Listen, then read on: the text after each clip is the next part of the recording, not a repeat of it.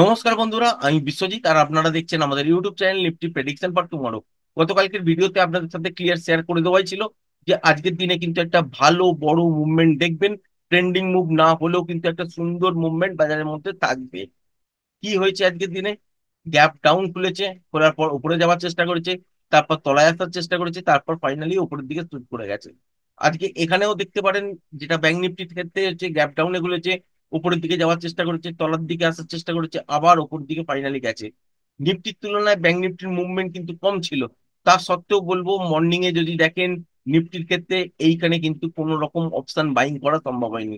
Finally ঠিক এই জায়গাটা দেখার পর থেকে যারা টেকনিক্যালটা শিখেছেন তারা বুঝতেই পারছেন কি দেখে এখান থেকে অপশনটাকে শর্ট করতে পারবেন এবং তলার দিকে কোথায় গিয়ে প্রফিটটাকে বুকিং করবেন।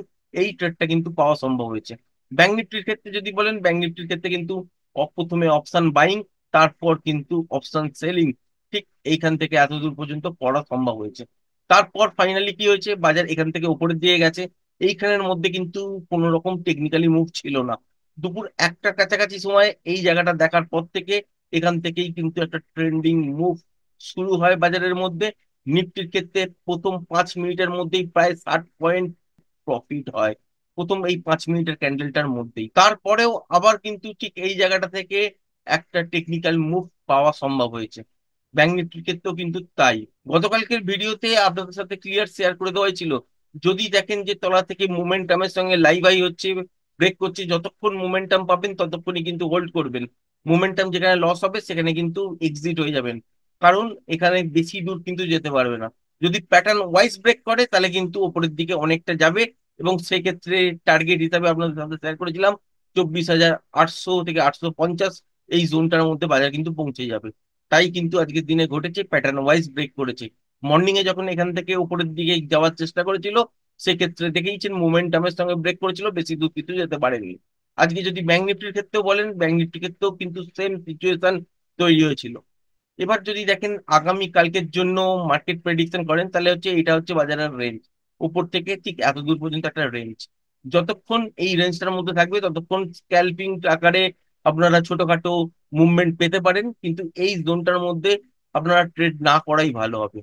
যদি কোনো কারণে দেখেন যে ফ্ল্যাট খুলে এই জোনটা ব্রেক করে দিয়েছে, যেটা হচ্ছে 24,770, তাহলে কিন্তু এখান থেকে তলার দিকে আপনারা মুভমেন্ট পাবেন 24,700 এই লেভেলটা কাছাকাছি পর্যন্ত। এই 70 পয়েন্টেরই কিন্তু ট্রেড বেরোবে। আবার যদি দেখা যায় যে গ্যাপ ডাউনে অনেকটা খুলেছে, খোলার পর এই সুইং লোটাকেও ব্রেক করে দিয়েছে, তাহলে সেক্ষেত্রে আপনারা কিন্তু 24,620 25 থেকে 24,600 এই জায়গাটার কাছাকাছি পর্যন্ত দেখতে পারেন।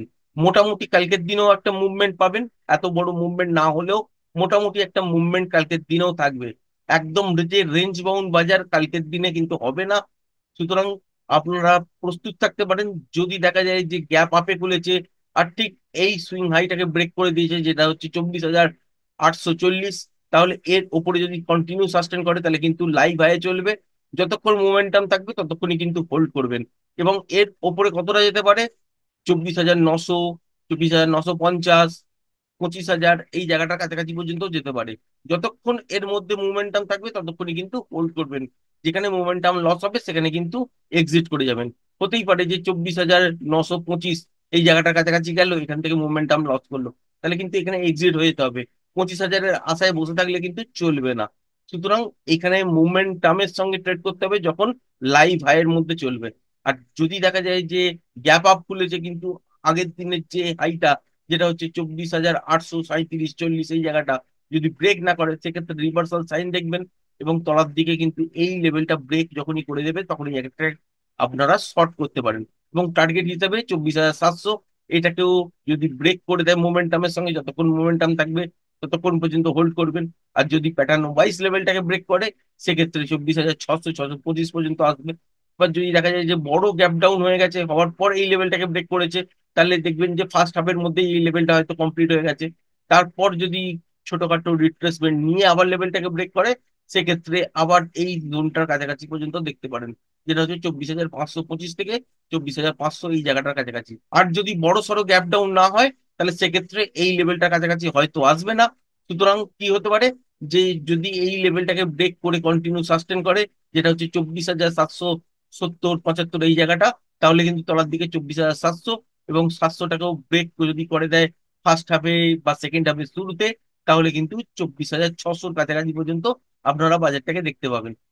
এবার যদি ব্যাংক নিফটির কথা বলেন, ব্যাংক নিফটির ক্ষেত্রেও কিন্তু ঠিক এই সিচুয়েশনটা আপনারা খেয়াল রাখবেন। ঠিক এইখান থেকে এত দূর পর্যন্ত একটা বাজারের রেঞ্জ, এর মধ্যে যতক্ষণ চলবে ততক্ষণ কিন্তু ছোটখাটো স্ক্যালপিংই হবে, এর বেশি কিন্তু এক্সপেক্ট করবেন না। যদি দেখা যায় যে গ্যাপ আপে খুলেছে আর এই সুইং হাইটা ব্রেক করেনি, যেটা হচ্ছে 52,780 82 এই জায়গাটা, যদি ব্রেক না করে তাহলে এখান থেকে তলার দিকে পড়বে, এবং তলার দিকে টার্গেট হিসাবে আপনারা 52,500 এই জায়গাটার কাছাকাছি পর্যন্ত একটা স্ক্যালপিং আকারে ট্রেড বার করতে পারেন। আবার যদি ফ্ল্যাট খুলে খুলে তলার দিকে পড়ে গিয়ে এই সুইংটা যদি ব্রেক না করে, তাহলে কিন্তু এখান থেকে আবার উপরের দিকে উঠে যাবে, এবং এই জায়গাটা পর্যন্তই কিন্তু একটা স্ক্যালপিং ট্রেড বেরোবে, যেটা হচ্ছে 52,780 82 এই জায়গাটা পর। এখানে যদি দেখেন যে ব্রেক করেছে মোমেন্টামের সঙ্গে, তাহলে কিন্তু মোমেন্টাম যতক্ষণ থাকবে ততক্ষণ পর্যন্ত হোল্ড করবেন। আর যদি প্যাটার্ন ওয়াইজ ব্রেক করে, সেক্ষেত্রে ইন্টারডেতে ফ্রেশ বাই অ্যাকশন দেখে তবেই বিচার করতে হবে 52,900 টার্গেট হবে, নাকি 53,000 হবে, নাকি 53,100 হবে। সেটা ইন্টারডেতে ফ্রেশ প্রাইস অ্যাকশন দেখলে তবেই কিন্তু বোঝা যাবে। আবার যদি দেখা যায় যে গ্যাপ ডাউন খুলেছে আর এই লেভেলটাকে ব্রেক করে কন্টিনিউ সাস্টেন করছে, তাহলে কিন্তু টার্গেট হিসাবে আপনারা এই জোনটা রাখতে পারেন, যেটা হচ্ছে 52,350। আর এটা যদি দেখা যায় যে ফার্স্ট হাফের মধ্যেই কমপ্লিট করেছে, তারপর ছোটখাটো রিট্রেসমেন্ট নিয়ে আবার লেভেলটাকে ব্রেক করছে, সেক্ষেত্রে আপনারা এত দূর পর্যন্ত বাজারটাকে দেখতে পারেন, যেটা হচ্ছে 52,200 এই জায়গাটার কাছাকাছি পর্যন্ত কালকের দিনে বাজার কিন্তু চলে আসতে পারে। আশা করি ভিডিওটা পছন্দ হয়েছে। ভিডিওটা যদি পছন্দ হয়ে থাকে চ্যানেলটাকে অবশ্যই লাইক শেয়ার সাবস্ক্রাইব করবেন। আজকের ভিডিওটা এই পর্যন্তই। ধন্যবাদ।